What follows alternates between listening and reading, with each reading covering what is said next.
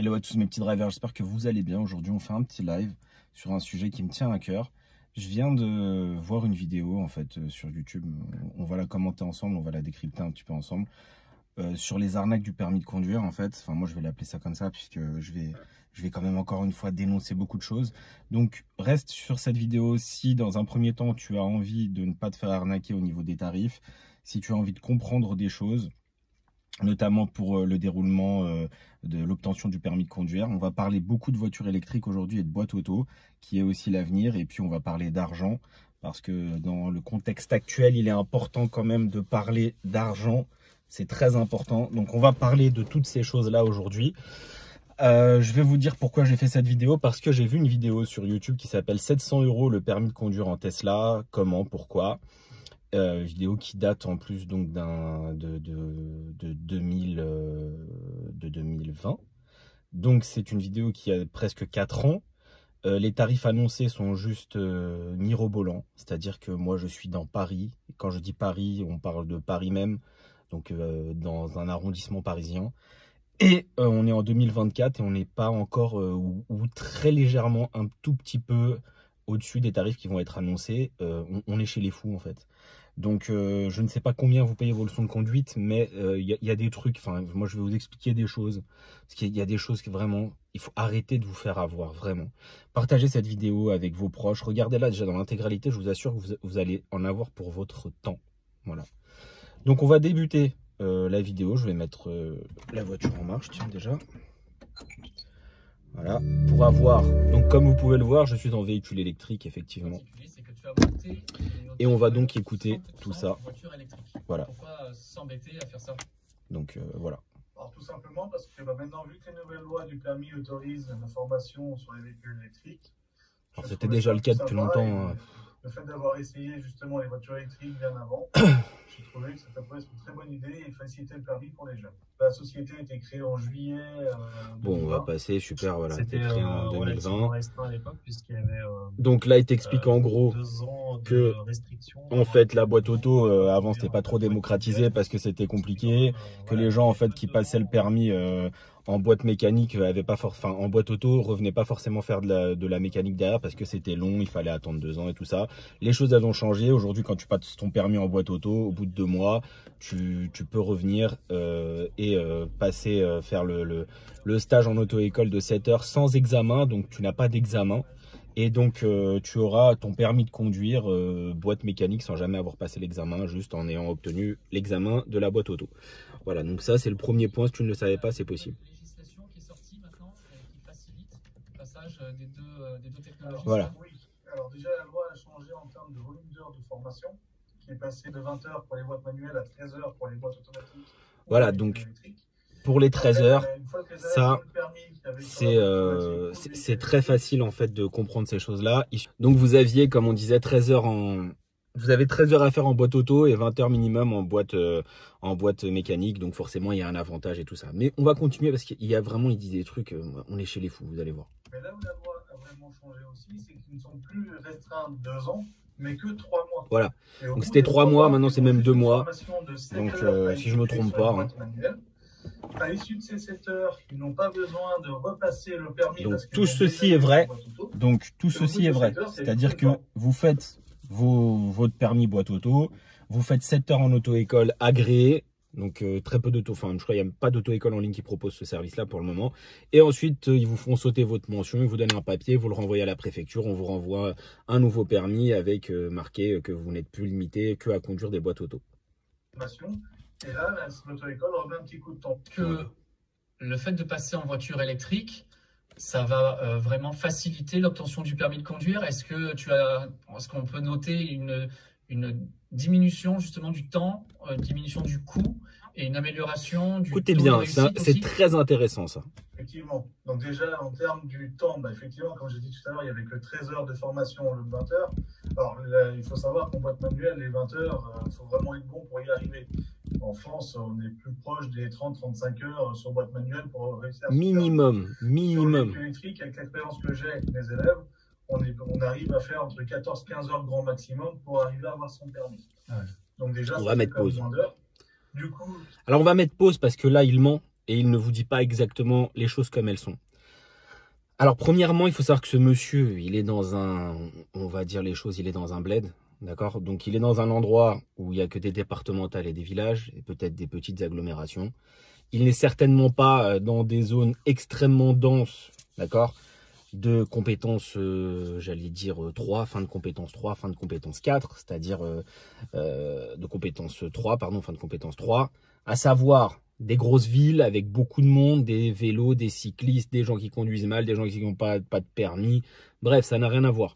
Donc il vous ment déjà, ça sur ce fait-là. Quand il dit « mes élèves ils passent le permis en boîte auto en 13 heures », alors je ne sais pas qui sont ces élèves, mais je pense savoir le profil. C'est des profils d'élèves qui ont déjà raté plusieurs fois le permis de conduire en boîte mécanique et qui veulent donc passer facilement le permis en boîte auto. C'est pour ça qu'il dit que bah oui, bah moi en 13 heures, je sors les élèves, voilà, nickel, chrome. Mon ami, sur Paris, un bon profil, moi, qui n'a jamais touché une voiture, donc une voiture électrique, c'est, et on va dire les choses clairement, parce qu'on va parler d'argent, on va parler de tout aujourd'hui, c'est environ 35 heures. C'est quelqu'un qui n'a jamais touché de sa vie un véhicule. C'est ceux qui sont bons. Sinon, les autres, ils en font plus de 40. Et quand ça commence à être compliqué, tu es à plus de 50. Donc, et là, vraiment, voilà, je vous dis les choses clairement. Je vous dis les choses comme elles sont. Ceux qui me disent, j'ai eu le permis en boîte auto, en 10 heures. Mais tu as déjà conduit avant. Tu as conduit avec tes copains, tu as conduit avec ta famille. Bref, tu avais déjà une expérience que non pas forcément quelqu'un qui débute. Continuons donc l'écoute de cette vidéo. Qui dit moins d'heures, bah, dit moins d'argent à dépenser pour le permis. C'est vrai. Et l'avantage d'avoir le véhicule électrique, bah, on se concentre uniquement sur... Électrique, c'est une boîte auto, mon ami, on s'en fout. Électrique ou pas. Du code de la route, Tu te fais de la pub pour toi. Plus vraiment sur la boîte mécanique. Ils n'ont plus l'appréhension du calage, du départ en côte, de savoir s'ils ont bien remis les bonnes vitesses. Voilà, donc ça facilite un permis. Alors, on serait dans quel ordre de prix? On va rappeler un truc. N'oublions pas aussi quelque chose, c'est qu'en général, les profils de gens qui viennent en boîte auto sont parfois plus compliqués que ceux qui sont en boîte méca. D'où parfois, chez certaines auto-écoles et dans les statistiques, un taux de réussite plus élevé en boîte méca qu'en boîte auto. Mais ça, il va vous dire le contraire. Alors, moi, je parle pour mon expérience sur la Savoie, sur Aix-les-Bains. Sur la Savoie, voilà. La moyenne des auto-écoles, mes concurrents en boîte manuelle, sont autour de 1400, 1500 € pour un permis B traditionnel. Ouais. Moi, j'arrive aujourd'hui sur la... Alors, 1400, 1500 € pour un permis B traditionnel. Donc, on parle bien d'un forfait de base, donc de 20 heures peut-être. C'est extrêmement cher. Je vous rappelle que les chiffres là sont en 2020. Il n'y a pas eu les crises, il n'y a pas eu l'inflation, il n'y a eu rien de tout ça. On est vraiment chez les fous. Vous entendez bien, là, 1500, plus de 1500 € pour un forfait de base dans une ville donc autour de Aix-les-Bains. Alors, je ne sais pas si Aix-les-Bains, c'est une ville de millionnaires. Je trouve ça horriblement cher, extrêmement cher, mais extrêmement cher. Vraiment, c'est très cher. Par rapport à ce qui va payer son enseignant, c'est au lance-pierre, à peine au-dessus, quelques centimes au-dessus du SMIC peut-être. Bref, je trouve ça choquant. Continuons encore. Électrique à 690 € pour une formule tout compris. Donc c'est moitié prix. Le code quasiment moitié prix. Donc lui, il propose 13 heures de conduite pour 690 €. Comment vous dire? C'est ce que proposent aujourd'hui les auto-écoles en ligne. Je pense que c'est même un peu moins. C'est même moins, je pense. Mais beaucoup moins même. C'est beaucoup moins parce que l'heure, elle est à... Je vous dis une conne 40, elle est à 58 là sur les sites. C'est beaucoup moins que ça et on est en 2024 et ce sont les tarifs parisiens, donc de Paris, où le pouvoir d'achat est supérieur et où voilà. Et lui, il vous dit que bah, pour 13 heures, tu lui donnes 700 € et tu es content en fait. C'est trop cher, c'est beaucoup trop cher, mais vraiment, vous vous rendez même pas compte en fait en réalité. Je vous le dis, c'est beaucoup. Et c'était en plus, cette vidéo date d'il y a 4 ans pratiquement. Il y a presque 4 ans, en tout cas plus de 3 ans. Et mais tout va bien, tout va bien. Alors on va continuer d'écouter parce qu'on va continuer. Et dans les formules, quand je compare, ça inclut l'inscription, l'évaluation de départ, le passage de code. Et le code c'est 30 €, c'est à l'extérieur. L'examen c'est gratuit, arrête ton cinéma. C'est l'accompagnement qui est payant. Les élèves sont, comme tu disais, plus attentifs à la route. L'accompagnement est payant, l'examen est gratuit. L'examen est donné par la préfecture aux auto-écoles parce qu'ils se disposent d'un agrément et d'un local. Sinon, moi-même, en tant qu'indépendant, je bosserais sans auto-école en ligne et j'aurais des dates moi-même dans ce cas-là. Alors oui, bien sûr, c'est vrai. La boîte auto, c'est plus confortable, c'est moins fatigant. On est plus sur l'extérieur. Encore une fois, les profils qu'on a, en tout cas pour ma part, ici sont plus compliqués que ceux que j'avais en tout cas en boîte mécanique.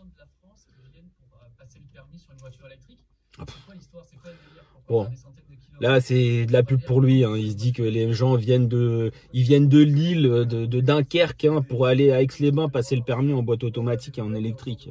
Des conneries ça. T'en as eu un ou deux, allez, voilà. Alors, donc vous avez bien donc entendu ce qu'il a dit. La personne, elle vient 2-3 jours, elle passe 2 nuits à l'hôtel, elle fait toutes ses heures, elle passe le permis, elle rentre chez elle avec le permis. Catastrophe! Je ne veux jamais croiser ces gens-là de ma vie. Je ne veux pas les croiser sur la route. Quand vous voyez des vidéos avec des élèves qui font des dingueries, que les élèves, ils ont là les heures. Imaginez, le type fait 13 heures avec lui. Déjà j'y crois même pas. Il a jamais conduit de sa vie, il fait 13 heures, il a le permis. C'est impossible. D'accord? Ça, c'est le premier truc. C'est même Jarod, même des mecs qui sont méga intelligents. Impossible, tu ne peux pas. C'est impossible. Donc ça déjà c'est du pipeau. Deuxièmement, c'est ceux qui ont raté plusieurs fois et qui ont ce profil-là, qui vont le passer donc avec cette personne et qui reviennent et qui ont le permis de conduire. Sinon c'est impossible. Ensuite, pour ceux qui veulent faire des stages accélérés, en fait il faut savoir qu'il faut un certain temps pour emmagasiner déjà de l'expérience visuelle et aussi avoir des réflexes au niveau de ce que vous faites avec le volant. Dans le véhicule et au-delà des réflexes, des mouvements de tête, d'analyser les distances et tout ça, ça prend du temps en fait pour enregistrer tout ça. Lui, il est dans un environnement où il n'y a rien, où il se passe rien. Alors certainement c'est plus facile, mais vous imaginez cette personne-là, ces gens-là qui vont venir dans les grandes villes et qui vont prendre leur voiture. J'ai fait une vidéo là il y a récemment à Rosny-sous-Bois où je suis en examen, où il y a une nana qui est avec ses copines et ses potes dans la voiture et elle prend un contresens, elle arrive face à moi, elle me regarde dans les yeux et elle me dit mais vas-y dégage, tu vois pas que tu me gênes. Et on est dans une rue étroite à sens unique, on est chez les fous. Et c'est des profils comme ça en fait qui passent de leur permis dans ce genre d'endroit en fait. C'est ça qui rend fou. C'est ça qui rend fou. Bref, on va continuer parce que voilà. Que tu as fait récemment. J'ai fait récemment. Et ça, j'ai déjà eu 5-6 élèves comme ça, j'en ai une de Perpignan, j'en ai une de Bretagne, j'en ai une de Lyon. De Bretagne, carrément. 900 km. Enfin, que de la Savoie, c'est que des élèves qui viennent à côté de chez moi. Est-ce que le mec vient de Bretagne à Aix, frère, pour passer le permis. Oh, sur la majorité, oui. Parce que c'est une voiture électrique et ils viennent découvrir aussi ce que c'est. Quand ils m'appellent pour avoir des renseignements sur l'auto-école, comment je fonctionne un peu, quand je leur explique que c'est une voiture électrique et que c'est quand même beaucoup plus simple, beaucoup plus zen, plus silencieux. Et c'est une boîte auto, on s'en fout qu'elle soit électrique ou pas. C'est le carburant, c'est l'énergie, ça. Ça, on s'en fout complètement. C'est une boîte auto, point barre. Elle fait pas de bruit, bravo, c'est bien. Mais à la base, juste, il n'y a pas de pédale d'embrayage, point. Donc que tu aies une boîte électrique, que tu aies un véhicule à batterie ou que ça soit un essence ou un diesel, ça change rien, c'est une boîte auto. Qui ont déjà des parents qui ont des voitures électriques, comment ils tombent là-dedans? Pas spécialement, j'ai des élèves totalement inconnus par rapport aux véhicules électriques. Je les ai inventés. C'est juste les jeunes maintenant, ils veulent plus s'embêter avec la boîte familiale. Et ils viennent de Bretagne pour passer le permis à Aix, frère. Une conscience aussi écologique et ça les intéresse justement de voir ce que c'est et ça les intéresse énormément. Il y en a un ou deux qui m'ont dit ouais, je suis allé vers toi particulièrement plutôt qu'un autre parce que j'ai vu que tu avais une voiture électrique. Donc ça les gens. Le fait de passer à la voiture électrique, comment c'est vu dans le secteur? Tu te mets vraiment à la place du mec qui dit non, je vais partir de Bretagne jusqu'à Aix parce qu'il a une voiture électrique, frère. C'est la même chose, mais bref, ça me rend. De l'auto-école, notamment par rapport aux inspecteurs et à la concurrence, est-ce qu'ils voient ça d'un bon oeil ou ils vont tous s'y mettre ou est-ce qu'il y a encore des sceptiques? De mon point de vue, dans les inspecteurs du permis de conduire, tous sont ravis quand je viens avec la voiture. Bah, elle est jolie. Ils sont moins secoués, justement. Aussi. Ça change. Et ils apprécient le confort, le silence qu'il y a dans le véhicule. Contrairement à mes concurrents, après, j'en ai aucune idée vraiment avec eux. Je sais que j'ai des concurrents qui commencent à se mettre à la boîte automatique, mais qui restent encore sur du thermique. Pour l'instant, ils n'ont encore pas fait le choix du véhicule électrique, ce qui est un avantage pour moi. Mais après, voilà, je discute pas. Alors, plein d'avantages, plein d'inconvénients, c'est comme tout. Faut arrêter avec l'électrique, hein. Va trouver une place de nous dans les grandes villes, va trouver un endroit pour te recharger, va trouver des bornes, le prix des bornes, l'installation des bornes, l'électricité qui augmente, l'inflation qui fait que ça a augmenté beaucoup, le temps de recharge, les contraintes en termes d'autonomie. Bref, des avantages, des inconvénients des deux côtés. Vraiment, je ne jette ni la pierre ni à l'une ni à l'autre. J'ai d'ailleurs les deux. J'ai boîte auto méca, boîte auto électrique. Parce que moi, je dois être polyvalent au maximum. Forcément non plus avec eux. Et on a chacun son business. Donc je peux pas parler vraiment de concurrent parce que voilà, dans le secteur d'Aix-les-Bains en Savoie, je suis vraiment le seul en véhicule électrique. Et tu es le premier, du coup, à avoir fait une auto-école 100% électrique, c'est ça? 100% Bravo. électrique, voilà. Alors, comme je disais tout à l'heure, c'est vrai qu'il y a pas mal d'auto-écoles qui ont fait le choix, qui avaient déjà une boîte automatique, qui ont renouvelé leur parc. Bref, on va avancer un peu, on s'en fout de ça. J'ai fait le pari de totalement bannir. C'est un métier un petit peu différent. Est-ce que vous apprenez les spécificités de la voiture électrique, les recharges, les différents chargeurs, tout ça? Je pense que c'est pas au programme normalement. Alors, ce n'est pas du tout au programme, mais on en parle. On en parle, forcément. Quand moi je viens dans mon parking et que je charge ma voiture, bah forcément, si je charge ma voiture, je le montre à l'élève comment je fais. Tu vois, il y en a qui s'intéressent, posent des questions.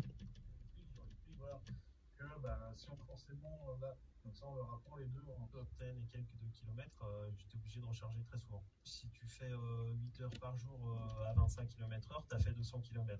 Donc on va dire qu'en moyenne, pour donner une fourchette, je faisais entre 150 et 250 km. J'étais un petit peu juste et j'étais obligé de très souvent recharger. Pour les moniteurs d'Île-de-France, vous vous rendez compte, il fait 250 km par jour. Oh, t'imagines les lignes droites qu'il doit y avoir? Parce qu'en vrai, c'est ça. Hein. En vrai, tu fais là les kilomètres en fait en ligne droite. C'est un truc de fou. Alors moi, je vais parler pour moi. Je fais des journées de 10 heures, comme aujourd'hui. En 10 heures, je fais, en Île-de-France, je dois faire 160, 100, ouais, même moins, même je pense. Je vais tous les jours en centre d'examen. Je fais tous les jours de l'autoroute. Je fais toujours des voies d'insertion. Je fais de l'agglomération et des manœuvres. Tout le temps, tous les jours. Et donc ça pour vous dire que ces gens-là qui passent le permis là-bas, que de la ligne droite. Et après ils reviennent ici en ville et ils ont le permis. Et ouais. Voilà. Là aujourd'hui avec une voiture de 64 km de batterie, je suis tranquille. Hein. Je charge à 80%, je fais ma journée. Ouais bon, on le sait. 2020, donc là cet hiver, j'ai pas. Et après, en ce qui concerne les recharges, c'est qui sont simplement en vitrine sur la route et qu'il n'y a pas de borne dédiée à ces véhicules. Voilà, donc voilà, il vous explique que c'est compliqué.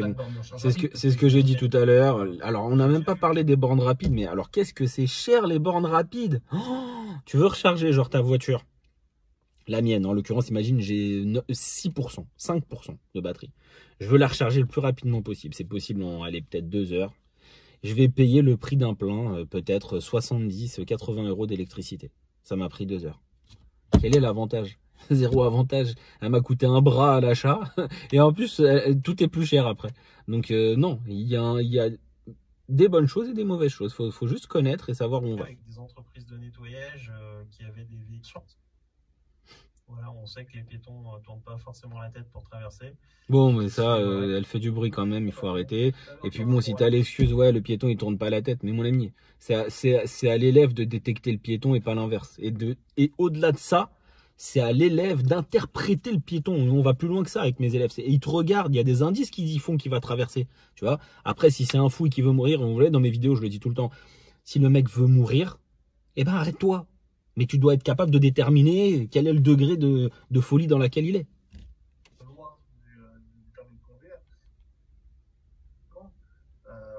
C'est juste, s'ils veulent conduire en boîte manuelle, ils sont bloqués depuis 3 mois. Ouais, bon, ça, on s'en fout, la boîte manuelle, on l'a compris. On s'y intéresser, puis que ce soit des jeunes qui veulent apprendre à conduire ou des moins jeunes qui pourraient conseiller à des plus jeunes de passer le permis, qui pourront leur dire, passe le permis sur une boîte auto et sur une voiture électrique, ça a l'air cool. Anthony, c'est si cool. on veut Bien sûr que c'est apprendre, cool. à conduire, Et puis c'est l'avenir faire, aussi. N'oublions comment on pas fait pour te contacter? que c'est l'avenir en fait. L'avenir, c'est la boîte auto. J'arrête pas de le dire. Je le dis tout le temps. C'est l'avenir. N'oubliez pas qu'en 2035, les véhicules thermiques ne seront plus achetables en réseau neuf. C'est-à-dire que vous ne pourrez plus aller dans un concessionnaire et acheter un véhicule thermique, donc boîte mécanique neuf. Ça sera interdit. Il ne restera plus que le marché de l'occasion et les véhicules électriques. Ça sera pareil pour les hybrides d'ailleurs. Donc voilà. Et j'ai envie de vous dire aussi, qu'est-ce qu'on fera en fait quand les batteries sont cuites, parce que on va pas se mentir, moi elle a 53 000 km ma voiture. Quand elle en aura 250 000, dans quel état sera la batterie? Je ne sais pas pour le moment, je n'ai pas assez de recul. Tout ce que je peux vous dire, c'est que j'ai déjà réfléchi à une solution, puisque niveau moteur, normalement, ça ne risque rien. C'est prévu pour aller très très très loin, millions de kilomètres même s'il faut. Mais au niveau des batteries, je pense que j'ai déjà une solution de recyclage pour moi, à titre personnel. Si je pense qu'il est, enfin voilà, j'en suis sûr, on peut les récupérer et les faire installer chez soi de manière à faire une power bank. Mais bon, j'ai pas envie d'aller plus loin dans ces détails-là. Tu m'as compris. Voilà. Donc voilà. Donc c'était un résumé un peu de cette vidéo. Vous avez entendu certaines choses au niveau des prix, au niveau des dingueries, au niveau du permis de conduire, boîte mécanique et boîte automatique. Si vous êtes en galère de chez galère en boîte mécanique, ne persistez pas, s'il vous plaît. Passez en boîte auto votre permis de conduire, comme il le dit dans la vidéo, hein, en 13 heures. Bah oui, des profils qui ont déjà raté plusieurs fois, ou une fois au moins en boîte méca. Oui, ça c'est totalement possible et très rapide. J'en ai plusieurs dans ce cas-là. Mais si vous n'avez jamais conduit, ça ne sera pas si évident que ça, parce que il faut déjà maîtriser le véhicule, il faut déjà travailler, comme je vous dis, l'intégralité des objectifs, avoir des réflexes enfouis et tout ce genre de choses pour pouvoir ensuite progresser et réussir. Voilà, likez, partagez, dites-moi en commentaire comment vous avez trouvé ça, et puis je vous dis à très bientôt.